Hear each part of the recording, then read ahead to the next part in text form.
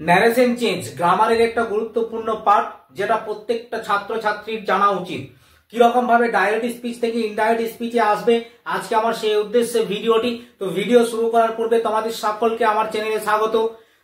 তোমরা এই ভিডিওটা যদি প্রথম থেকে শেষ পর্যন্ত মনোযোগ সহকারে দেখো, তাহলে তুমি অতি সহজেই ডাইরেক্ট স্পিচ থেকে ইনডাইরেক্ট স্পিচে আসতে পারবে, অর্থাৎ তুমি অতি সহজেই ন্যারেশন চেঞ্জ করতে পারবে। এর আগের ভিডিওতে আমি বেশ কিছু ন্যারেশন চেঞ্জের নিয়ম আলোচনা করে দিয়েছি এবং উদাহরণের সাহায্যে তোমাদের বুঝিয়ে দিয়েছি। তোমরা যদি এই ভিডিওগুলো না দেখে থাকো, তাহলে দেখো আমার ডেসক্রিপশনে লিংক দেওয়া রয়েছে। তোমরা এই ভিডিওটা শেষে তোমরা ওই ডেসক্রিপশনে গিয়ে লিংকে ক্লিক করে তোমরা ভিডিওগুলো দেখে নেবে, তাহলে তোমার ন্যারেশন চেঞ্জ সম্পর্কে আর কোনো সমস্যা থাকবে না, তুমি অতি সহজেই ন্যারেশন চেঞ্জ করতে পারবে। আর আজকে আমি তোমাদের ন্যারেশন চেঞ্জের যে গুরুত্বপূর্ণ পার্টটি শেখাতে চলেছি, এটা কিন্তু অবশ্যই তোমাদের জানা উচিত। তো দেখো, ন্যারেশনের দুটো অংশ থাকে, একটাকে বলা হয় ডাইরেক্ট স্পিচ, আরেকটাকে বলা হয় ইনডাইরেক্ট স্পিচ। ডাইরেক্ট স্পিচের আবার দুটি পার্ট থাকে। আমরা একটা পার্টকে দেখবো কোটেশনের মধ্যে রয়েছে, আর একটি পার্ট দেখবে কোটেশনের বাইরে রয়েছে। তোমরা এখানে স্ক্রিনের মধ্যে লেখাটা দেখতেই পাচ্ছ। কোটেশনের মধ্যে যে লেখাটি রয়েছে তাকে বলা হচ্ছে রিপোর্টেড স্পিচ, আর কোটেশনের বাইরে যেটা রয়েছে তাকে বলা হচ্ছে রিপোর্টিং ভার্ব। তো দেখো, রিপোর্টিং ভার্ব এবং রিপোর্টেড স্পিচ এদের মধ্যে একটা সম্পর্ক কিন্তু সর্বদাই বজায় থাকে। দেখো, যদি তোমার রিপোর্টিং ভার্বটা প্রেজেন্ট টেন্সে থাকে, তাহলে রিপোর্টেড স্পিচটা যেই টেন্সে রয়েছে সেই টেন্সে হবে, এর কোনো টেন্সের চেঞ্জ হয় না। কিন্তু তোমাকে একটা কথা মাথায় রাখতে হবে, যদি রিপোর্টিং ভার্বটি পাস্ট টেন্সে থাকে, তখন কিন্তু তোমার রিপোর্টেড স্পিচটি প্রেজেন্ট বা ফিউচারে থাকলে তাকে কিন্তু পাস্ট টেন্সে করতে হয়। আরেকটি বিষয় তোমাকে মনে রাখতে হবে, এখানে রিপোর্টিং ভার্বে দেখো দুটো সাবজেক্ট আছে। প্রথমে একজন কথাটা বলছে আর একজন শুনছে। যে বলছে তাকে বলা হচ্ছে ফার্স্ট সাবজেক্ট, আর যে শুনছে তাকে বলা হচ্ছে সেকেন্ড সাবজেক্ট। তো দেখো, রিপোর্টেড স্পিচেও আমরা কিন্তু সাবজেক্ট দেখতে পাচ্ছি। প্রথমে একটা সাবজেক্ট দিয়ে শুরু হয়েছে রিপোর্টেড স্পিচটি, তাহলে সেই রিপোর্টেড স্পিচের সাবজেক্টটি রিপোর্টিং ভার্বের যে আগে এবং পরে যে দুটো সাবজেক্ট রয়েছে, অর্থাৎ ফার্স্ট সাবজেক্ট অথবা সেকেন্ড সাবজেক্ট যে দুটো রয়েছে, এই ফার্স্ট সাবজেক্ট এবং সেকেন্ড সাবজেক্টের মধ্যে কার সঙ্গে সম্পর্ক রয়েছে তার প্রোনাউন তোমাকে ব্যবহার করতে হবে। তো দেখো, এখানে কি বললাম যে রিপোর্টেড স্পিচের সাবজেক্টটি রিপোর্টিং ভার্বের যে সাবজেক্টের সঙ্গে সম্পর্ক থাকবে তার প্রোনাউন তোমাকে ব্যবহার করতে হবে, অর্থাৎ সেই জায়গাতে তোমার তার প্রোনাউন বসিয়ে দিতে হবে।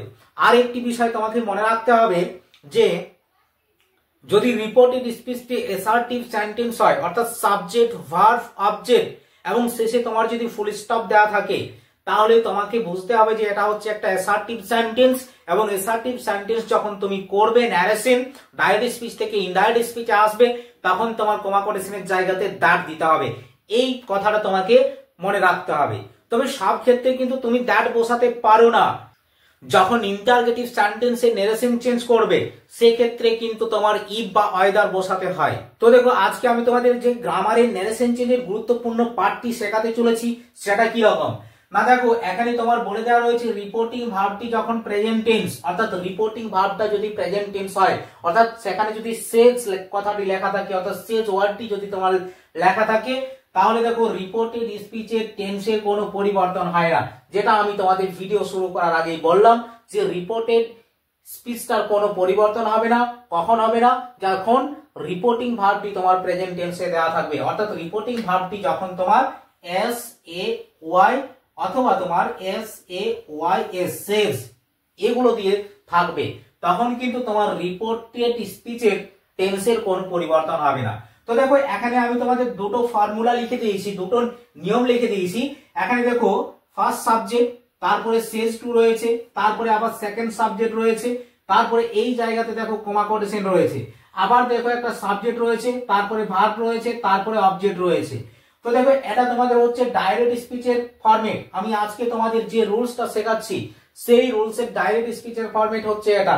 তো দেখো, ইনডাইরেক্ট স্পিচে তুমি যখন করবে তখন কি রকম ভাবে করতে হবে, তোমাকে প্রথমে লিখতে হবে সাবজেক্ট, ফার্স্ট সাবজেক্টটা যেটা রয়েছে, তারপরে সেজ টু দিয়ে দিলে, তারপরে তোমার সেকেন্ড সাবজেক্ট হচ্ছে, তারপরে দেখতে পাচ্ছ এখানে কমা কোটেশনের জায়গাতে দ্যাট বসানো হয়েছে। কেননা সেন্টেন্সটা দেখো অ্যাসার্টিভ সেন্টেন্সে রয়েছে, সাবজেক্ট ভার্ব অবজেক্ট এই ফরম্যাটে রয়েছে, তাহলে এই ফরম্যাটে থাকলে তোমার কমা কোটেশনের জায়গাতে দ্যাট হবে। কিন্তু একটা কথা তোমাকে মনে রাখতে হবে, যদি তোমার এই রিপোর্টেড স্পিচটি ইন্টারোগেটিভ সেন্টেন্স হয় তখন কিন্তু কমা কোটেশনের জায়গাতে দ্যাট হয় না, তখন ইফ বা অয়দার বসাতে হয়। তাহলে এখানে আমরা দেখতে পাচ্ছি সেন্টেন্সটা যেহেতু অ্যাসার্টিভ সেন্টেন্স রয়েছে সেই হতো কমা কোটেশনের জায়গাতে দ্যাট দিতে হবে।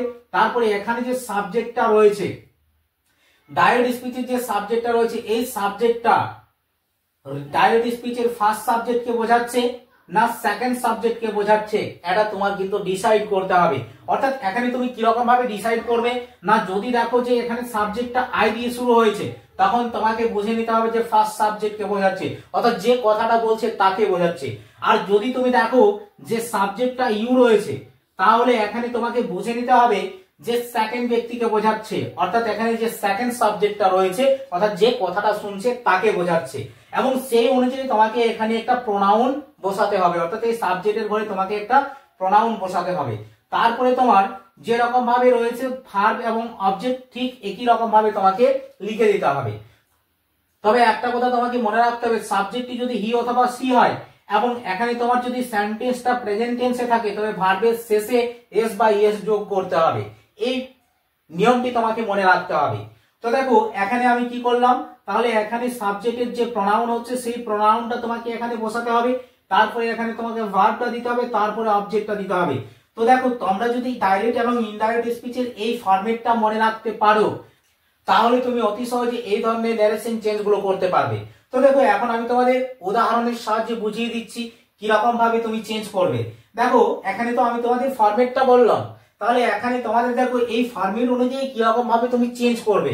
তো দেখো আমি তোমাদের ডাইরেক্ট স্পিচে এক্সাম্পল গুলো দিয়েছি।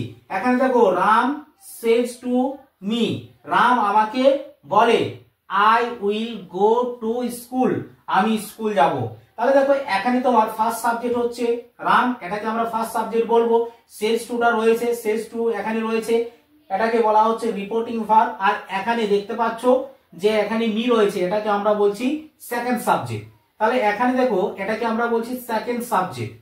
তাহলে এখানে এই যে আই রয়েছে, আই বললে কি বললাম তোমাকে, আই বলতে সব সময় তোমার ফার্স্ট সাবজেক্টকে বোঝানো হচ্ছে, আই বলতে সব সময় ফার্স্ট সাবজেক্টকে বোঝানো হচ্ছে, অর্থাৎ যে কথাটা বলছে তাকে বোঝানো হচ্ছে। তাহলে এখানে যে আইটা রয়েছে এই আই বলতে আমরা পরিষ্কারভাবে বুঝতে পারলাম যে রামকে বোঝানো হচ্ছে। তাহলে এখানে দেখো এই টেন্সটা তোমার ফিউচার টেন্সে রয়েছে, তাহলে এখান থেকে তোমার দেখো যা রয়েছে সেই বিষয়টা তোমাকে তুলে দিতে হবে। তাহলে এখানে আই বলতে যেহেতু ফার্স্ট সাবজেক্টকে বোঝাচ্ছে তাহলে এখানে ফার্স্ট সাবজেক্টের প্রোনাউন হয়ে যাবে হি, এবং কমা কোটেশনের জায়গাতে তোমার নিয়ম অনুযায়ী কি বলা আছে, কমা কোটেশনের জায়গাতে তোমাকে নিয়ম অনুযায়ী দ্যাট বসাতে হবে। তাহলে দেখো অ্যানসারটা তুমি কি রকম ভাবে লিখবে না, অ্যানসারটা তোমাকে লিখতে হবে রাম সেজ টু মি, এরপরে তোমার কমা কোটেশন রয়েছে এই জায়গাতে তোমাকে দিতে হবে দ্যাট, এরপরে আই বলতে যেহেতু ফার্স্ট ব্যক্তিকে বোঝাচ্ছে অর্থাৎ যে কথাটা বলছে তাকে বোঝাচ্ছে, তাহলে এখানে যেহেতু রাম রয়েছে, রাম একজন ছেলে, ছেলেদের ক্ষেত্রে প্রোনাউন হিসাবে হয় হি আর মেয়েদের ক্ষেত্রে প্রোনাউন হিসাবে হয় সি। তো দেখো এখানে রাম যেহেতু রয়েছে, রাম একজন ছেলে, তাহলে এখানে প্রোনাউন হয়ে গেল হি, অর্থাৎ আয়ের পরিবর্তে আমি লিখে দিলাম হি। এবং এরপরে দেখো এই যে অংশটা রয়েছে, বাকি যে অংশটা রয়েছে সেটা যেমন রয়েছে তোমার ঠিক সেরকম ভাবে লিখে দিতে হবে। তাহলে এখানে তোমার কিন্তু ভার্বের কোনো চেঞ্জ হচ্ছে না, গো টু স্কুল এই অংশটা তোমাকে তুলে দিতে হচ্ছে, তাহলে he will go to school. এইরকম ভাবে তোমাকে ডাইরেক্ট স্পিচ থেকে ইনডাইরেক্ট স্পিচে আসতে হবে। এরপরে দেখো দ্বিতীয় যে উদাহরণটা আমি তোমাদের দিয়েছি, সি সেজ টু হিম, এখানে দেখতে পাচ্ছ ইউ রয়েছে, তার মানে দেখো এখানে ইউ বলতে সেকেন্ড ব্যক্তিকে বোঝাচ্ছে, কেননা আমি নিয়মেই বলে দিয়েছি যে ইউ বলতে সেকেন্ড ব্যক্তি অর্থাৎ যে কথাটা শুনছে তাকে বোঝাচ্ছে, আই বলতে ফার্স্ট ব্যক্তি অর্থাৎ যে কথাটা বলছে তাকে বোঝাচ্ছে। তাহলে এখানে যেহেতু দেখো ইউ রয়েছে অর্থাৎ যে কথাটা শুনছে তাকে বোঝাচ্ছে, মানে এখানে হিম কথাটা শুনছে তাহলে এখানে হিমকে বোঝাচ্ছে, আর এখানে যে ভার্ব রয়েছে সেই ভার্বের কিন্তু কোনো চেঞ্জ হবে না।